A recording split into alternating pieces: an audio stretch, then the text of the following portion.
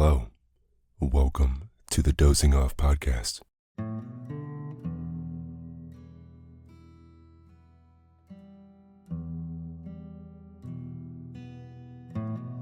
I'm your host and narrator, Lance Lewis, and this is a podcast where I read you to sleep.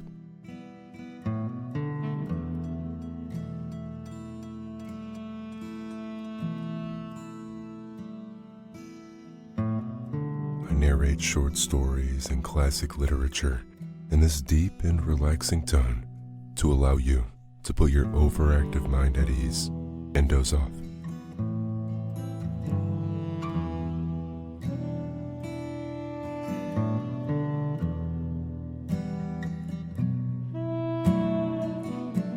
Tonight, I narrated the 1910 fairy tale, East of the Sun and West of the Moon by Peter Christen Asbjørnsen.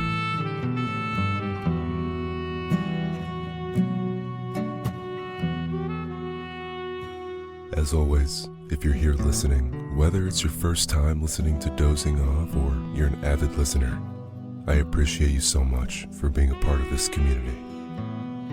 And here we go.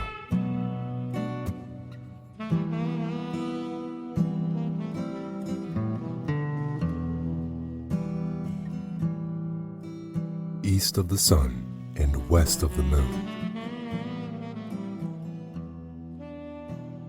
Once on a time, there was a poor husbandman who had many children, that he hadn't much of either food or clothing to give them.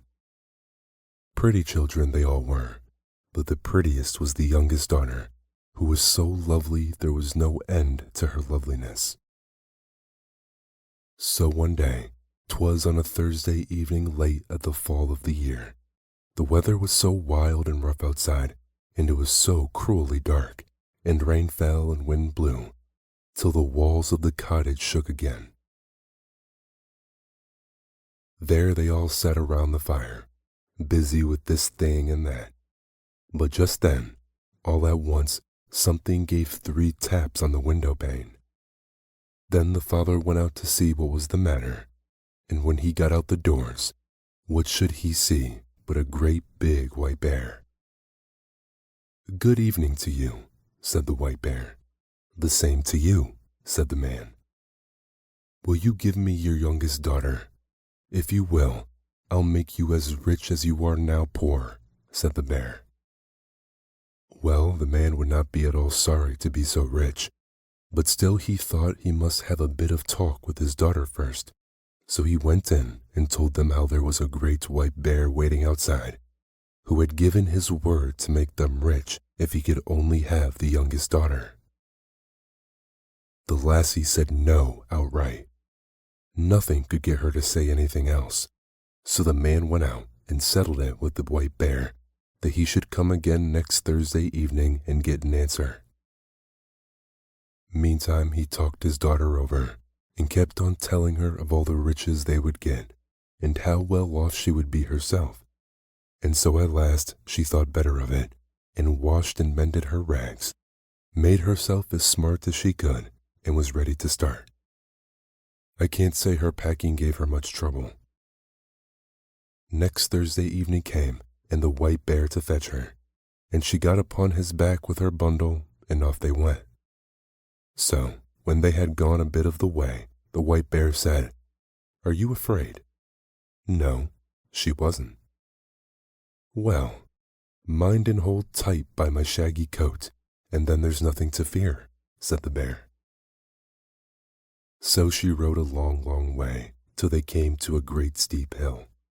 There, on the face of it, the white bear gave a knock, and a door opened, and they came into a castle where there were many rooms all lit up, rooms gleaming with silver and gold, and there too was a table ready laid, and it was all grand as grand could be.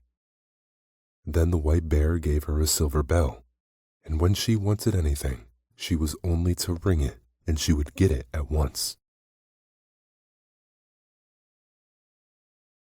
Well, after she had eaten and drunk, and evening wore on, she got sleepy after her journey, and thought she would like to go to bed, so she rang the bell.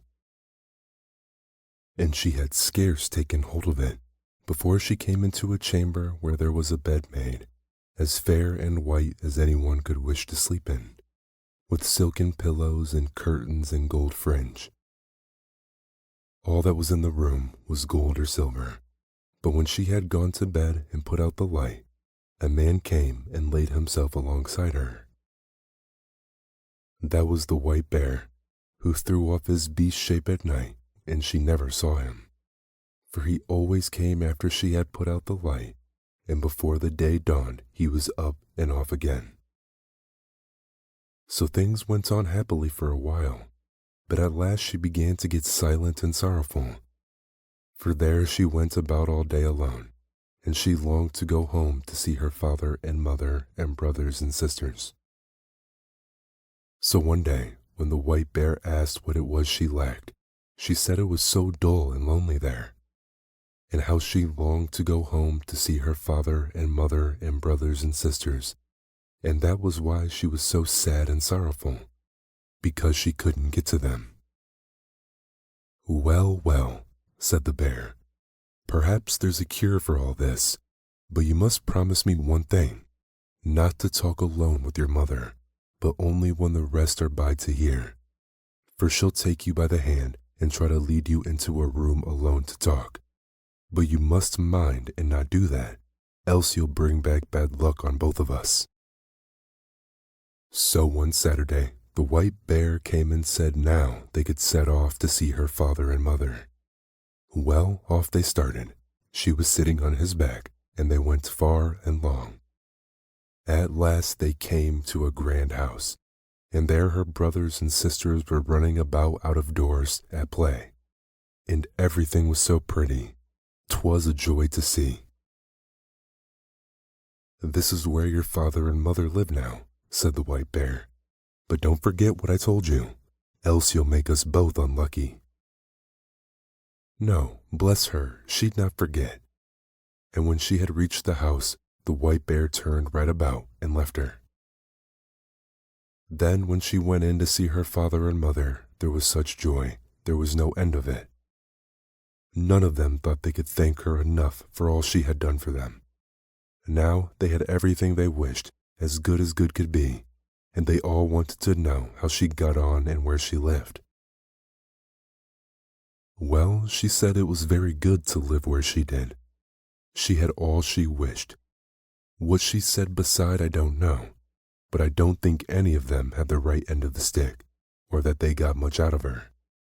But so, in the afternoon, after they had had dinner, all happened as the white bear had said. Her mother wanted to talk to her alone in the bedroom, but she minded what the white bear had said and wouldn't go upstairs. "Oh, what we have to talk about will keep," she said, and put her mother off. But somehow or other, her mother got round her at last, and she had to tell her the whole story.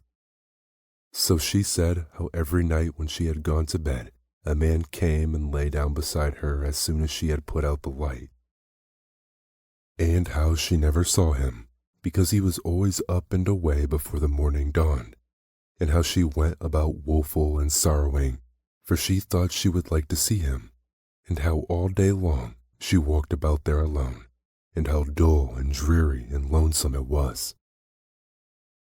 "My," said her mother, "it may well be a troll you slept with, but now I'll teach you a lesson how to set eyes on him. I'll give you a bit of candle, which you can carry home in your bosom. Just light that while he is asleep, but take care not to drop the tallow on him." Yes, she took the candle and hid it in her bosom, and as night drew on, the white bear came and fetched her away. But when they had gone a bit of the way, the white bear asked if all hadn't happened as had said. Well, she couldn't say it hadn't. "Now mind," said he, "if you have listened to your mother's advice, you have brought back bad luck on both of us, and then all that has passed between us will be nothing." No, she said, she hadn't listened to her mother's advice. So when she reached home and had gone to bed, it was the old story over again. There came a man and lay down beside her. But at dead of night, when she heard he slept, she got up and struck a light, lit the candle, and let the light shine on him. And so she saw that he was the loveliest prince one had ever set eyes on, and she fell so deep in love with him on the spot that she thought she couldn't live if she didn't give him a kiss there and then. And so she did. But as she kissed him, she dropped 3 hot drops of tallow on his shirt, and he woke up. "What have you done?" he cried. "Now you have made us both unlucky. For had you held out only this 1 year, I had been freed. For I have a stepmother who has bewitched me, so that I am a white bear by day and a man by night. But now all ties are snapped between us. Now I must set off from you to her. She lives in a castle which stands east of the sun and west of the moon, and there too is a princess with a nose 3 ells long, and she's the wife I must have now." She wept and took it ill, but there was no help for it. Go he must. Then she asked if she mightn't go with him. No, she mightn't. "Tell me the way then," she said, "and I'll search you out. That surely I may get leave to do." Yes, she might do that, he said, but there was no way to that place. It lay east of the sun and west of the moon, and thither she'd never find her way. So next morning when she woke up, both prince and castle were gone, and then she lay on a little green patch in the midst of a gloomy thick wood. And by her side lay the same bundle of rags she had brought with her from her old home. So when she had rubbed the sleep out of her eyes and wept till she was tired, she set out on her way and walked many, many days till she came to a lofty crag. Under it sat an old hag and played with a gold apple which she tossed about. Here the lassie asked if she knew the way to the prince who lived with his stepmother in the castle that lay east of the sun and west of the moon, and who was to marry the princess with a nose 3 ells long. "How did you come to know about him?" asked the old hag. "But maybe you are the lassie who ought to have had him." Yes, she was. So it's you, is it?" said the old hag. "Well, all I know about him is that he lives in the castle that lies east of the sun and west of the moon, and thither you'll come, late or never, but still you may have the loan of my horse, and on him you can ride to my next neighbor. Maybe she'll be able to tell you, and when you get there, just give the horse a switch under the left ear and beg him to be off home, and stay, this gold apple you may take with you." So she got upon the horse and rode a long, long time till she came to another crag, under which sat another old crag with a gold carding comb. Here the lassie asked if she knew the way to the castle that lay east of the sun and west of the moon, and she answered, like the old hag, that she knew nothing about it, except it was east of the sun and west of the moon. "And thither you'll come, late or never, but you shall have the loan of my horse to my next neighbor. Maybe she'll tell you all about it, and when you get there, just switch the horse under the left ear and beg him to be off home." And this old hag gave her the golden carding comb. It might be she'd find some use for it, she said. So the lassie got up on the horse and rode a far, far way and a weary time. And so at last she came to another great crag, under which sat another old hag, spinning with a golden spinning wheel. Her too she asked if she knew the way to the prince, and where the castle that lay east of the sun and west of the moon. So it was the same thing over again. "Maybe it's you who ought to have had the prince," said the old hag, Yes, it was. But she too didn't know the way a bit better than the other two. East of the sun and west of the moon it was. She knew, that was all. And thither you'll come, late or never, but I'll lend you my horse, and then I think you'd best ride to the east wind and ask him. Maybe he knows those parts and can blow you thither. But when you get to him, you need only to give the horse a switch under the left ear, and he'll trot home by himself. And so too, she gave her the gold spinning wheel. Maybe you'll find a use for it, said the old hag. Then on she rode many, many days, a weary time before she got to the east wind's house. But at last she did reach it, and then she asked the east wind if he could tell her the way to the prince, who dwelt east of the sun and west of the moon. Yes, the east wind had often heard the tale of it, the prince and the castle, but he couldn't tell the way, for he had never blown so far. But if you will, I'll go with you to my brother the west wind. Maybe he knows, for he's much stronger. So if you'll just get on my back, I'll carry you thither. Yes, she got on his back, and I should just think they went briskly along. So when they got there, they went into the west wind's house, and the east wind said the lassie had brought what was the one who thought to have had the prince who lived in the castle east of the sun and west of the moon. And so she had set out to seek him, and how he had come with her, and would be glad to know if the west wind knew how to get to the castle. Nay, said the west wind, so far I've never blown, but if you will, I'll go with you to our brother the south wind, for he's much stronger than either of us, and he has flapped his wings far and wide. Maybe he'll tell you. You can get on my back, and I'll carry you to him.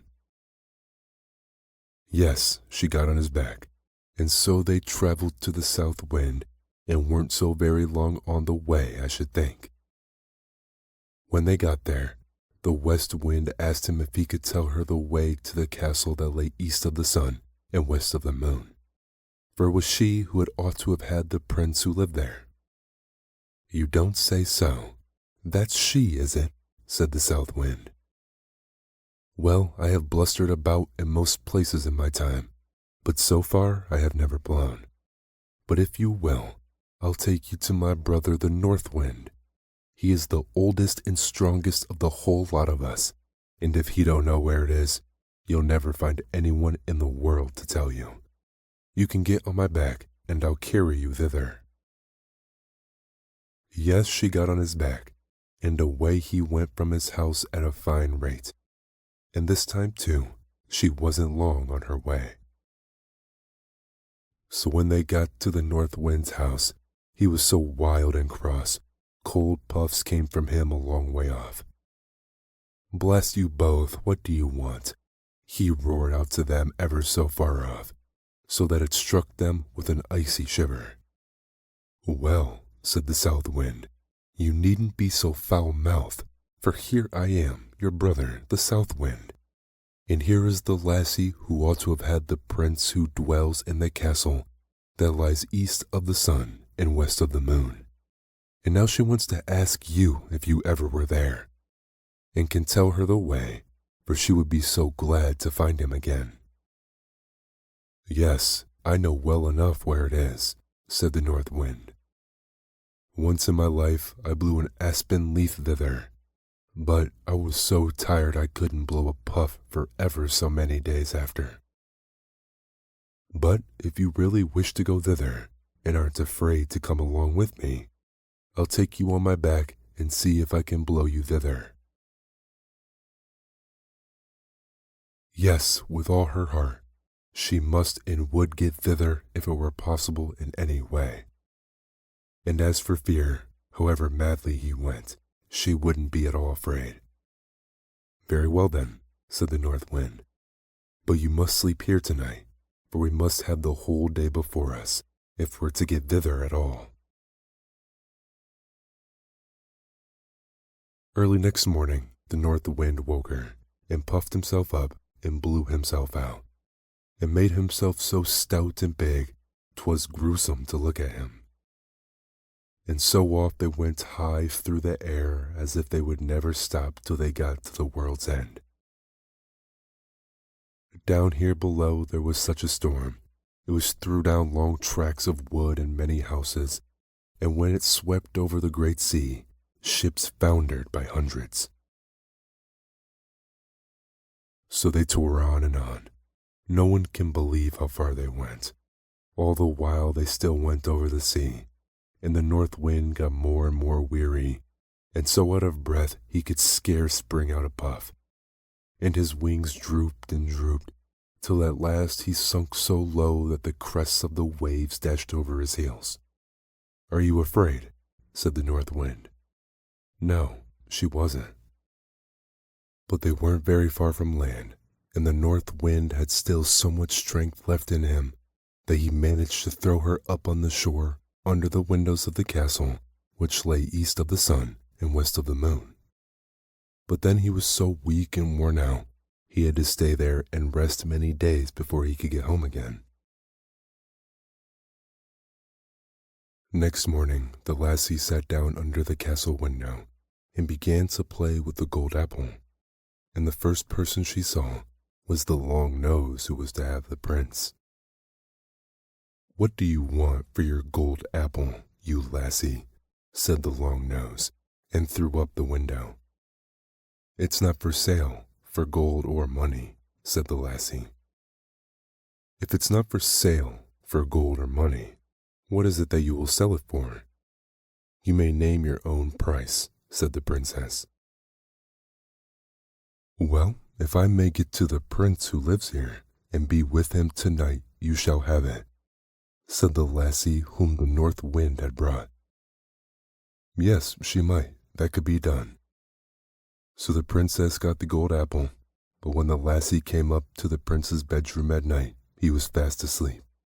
She called him and shook him, and between whiles she wept sore, and all she could do, but she couldn't wake him up. Next morning, as soon as day broke, came the princess with the long nose and drove her out again. So in the daytime she sat down under the castle windows and began to card with her carding comb, and the same thing happened. The princess asked what she wanted for it, and she said it wasn't for sale for gold or money, but if she might be able to leave to go up to the prince and be with him that night, the princess should have it. But when she went up, she found him fast asleep again, and all she called and all she shook and wept and prayed, she couldn't get life into him. And as soon as the first gray peep of day came, then came the princess with the long nose and chased her out again. So in the daytime, the lassie sat down outside under the castle window and began to spin with her golden spinning wheel, and that too the princess with the long nose wanted to have. So she threw up the window and asked what she wanted for it. The lassie said, as she had said twice before it, wasn't for sale for gold or money, but if she might go up to the prince who was there and be with him alone that night, she might have it. Yes, she might do that and welcome. But now you must know there were some Christian folk who had been carried off thither, and as they sat in their room, which was next to the prince, they had heard how a woman had been in there, and wept and prayed, and called to him 2 nights running that they told the prince. That evening, when the princess came with her sleepy drink, the prince made as if he drank, but threw it over his shoulder, for he could guess it was a sleepy drink. So when the lassie came in, she found the prince wide awake, and then she told him the story how she had come thither. "Ah," said the prince, "you've just come in the very nick of time, for tomorrow is to be our wedding day. For now I won't have the long nose, and you are the only woman in the world who can set me free. I'll say I want to see what my wife is fit for, and beg her to wash the shirt which has the 3 spots of tallow on it. She'll say yes, for she doesn't know 'tis you put them there. But that's a work only for Christian folk, and not for such a pack of trolls. And so I'll say that I won't have any other for my bride than the woman who can wash them out, and ask you to do it."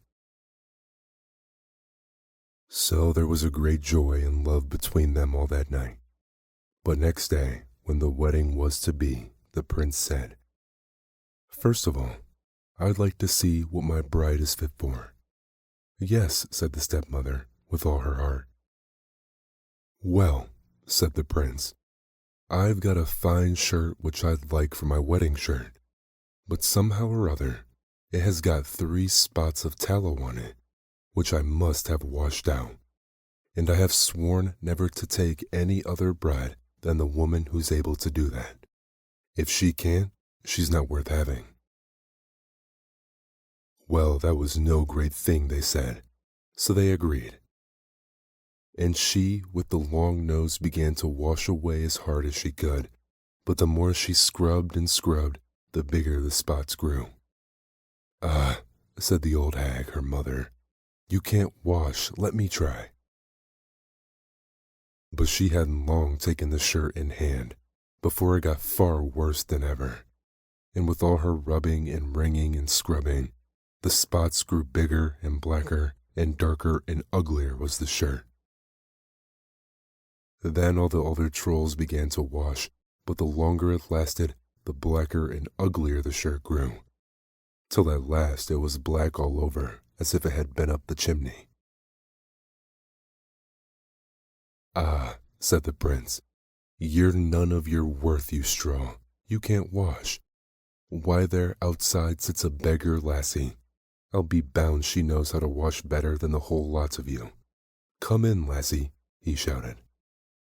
Well, in she came. "Can you wash this shirt clean, lassie, you?" said he.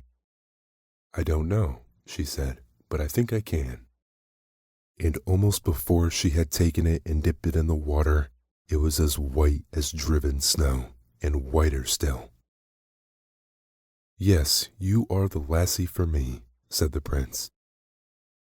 At that, the old hag flew into such a rage, she burst on the spot, and the princess with the long nose after her, and the whole pack of trolls after her. At least I've never heard a word about them since.